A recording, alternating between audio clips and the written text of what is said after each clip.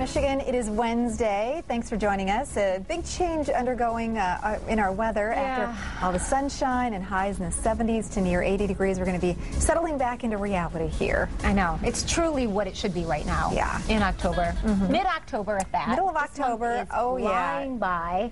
Can't believe it. I think part of that is because the weather's just been so beautiful. Like mentally, we still think it's September, and so we haven't really made that transition. Our fall wardrobe, we're kind of getting some of those pieces out. Yeah. But you know, kind of making that changeover in wardrobes. By the middle of next week, it's really going to be cooler. So when I was getting my things ready for work today, I actually packed another outfit because I'm going to be doing some guns today. Oh, so stay tuned for that. Good for you. The future of 8 Less.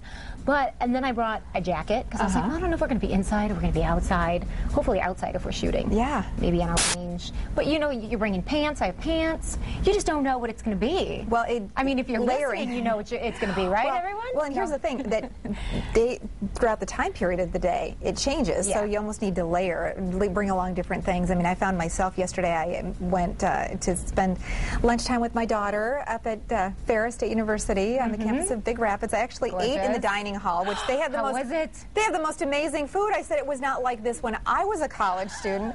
And so it was really awesome because she ended up, you know, we ended up having such a great time together. But I was walking around campus. I first got there, I had a little jacket on, and then I was roasting hot in the sunshine. Take it off. It's all that layering stuff. Yeah, that makes sense. We'll talk about food.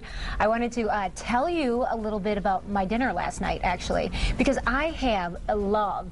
And you know, I try to be healthy. You're very healthy. But I feel like moderation's important because I feel like if you deprive yourself from things that you kind of go off the deep end at times. And so it's a little balance, back and forth. I talk a lot about being healthy. I don't talk as much about those weaknesses and those times that, you know, I think it's worth it.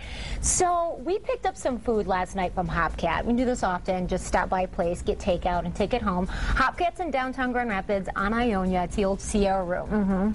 For those who are wanting to know where it is, right by the Van Andel Arena. It's a really great restaurant. It's a bar. They have like 48 beers on draft, hundreds of different types. So they've got some great beers if you're a beer lover, but they've got great food too. And so I got the crack fries. Wow. Crack fries. That sounds... Here they are, Terry. Oh. So why are this they is called when I had about half of them left. I was like, oh my goodness. You know, it's a unique blend, and I don't usually eat fries, but these are irresistible. Thus the name crack fries, because they're that addictive. It's a little bit of pepper, a little bit of salt, slightly sweet taste, Cody, our floor director, says, and then there's a little spice to it, and they're very crispy.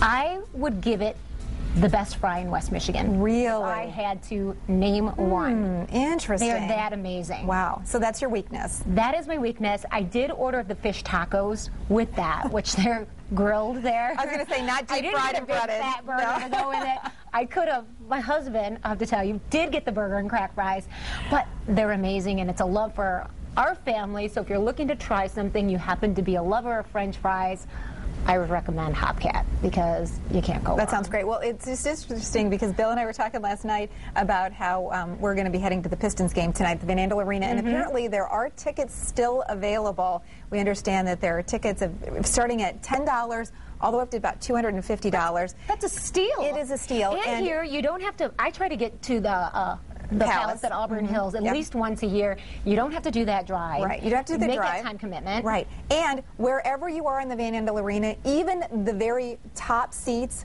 are closer than you're going to be at those top seats at the Palace. But that won't matter to you. Yeah, no. Or actually your family tonight, right? Because you've got some primo seating going on. My daughter Jen is quite the little basketball player, and so my husband went on, like he said, I think this will be a really good father-daughter date for us. And so he went online and actually got her, the two of them, seats on the floor. That's going to be cool. I know, I said, put that as her Christmas present, okay? So anyway, so that's a nice little splurge. That's a lot of fun. That's going to be amazing. Okay, so if you're looking for a place to go, or Bill and Jen are, Hopcat's a good place because they have a really good food. Really good food. It is a bar at night, but it's so busy during the day because their food is so good and they're open 7 days a week. Fantastic. And it's busy all the time. Okay, well great. Well, I actually have 2 of the lower end tickets, so I'm toying around whether I want to go through at least halftime or whether I might just give them to Jake and his buddies. So anyway, I'm going to be down there for sure.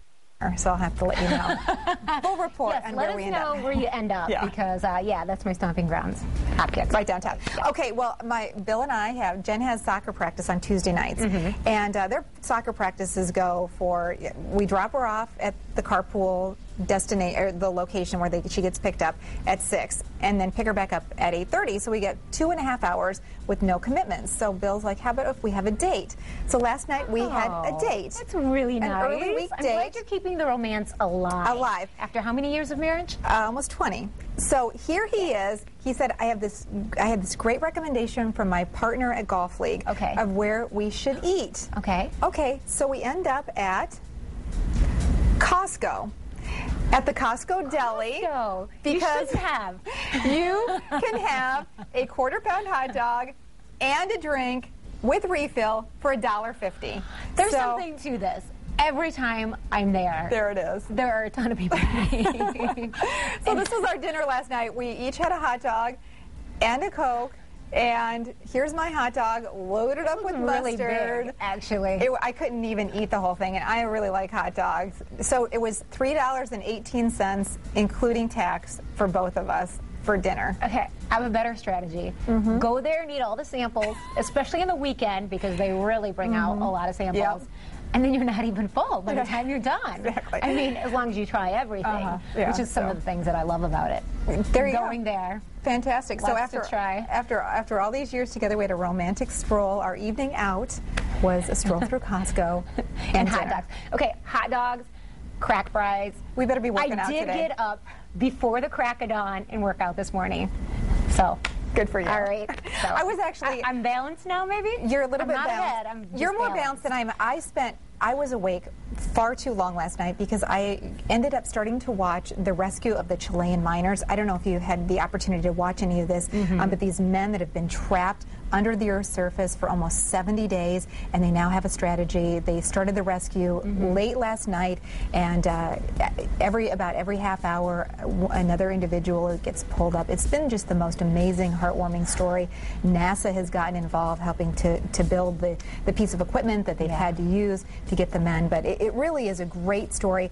But you get really drawn into this. I mean, it's the ultimate in reality television. It's an emotional investment because I was watching it this morning and was watching as the reporters and the families and everybody that's at Camp Hope right now crying in just joy. And this is one of those stories where you don't have to know the people involved to feel the investment, to understand that 2 months without your family, cramped quarters, odds against you, living.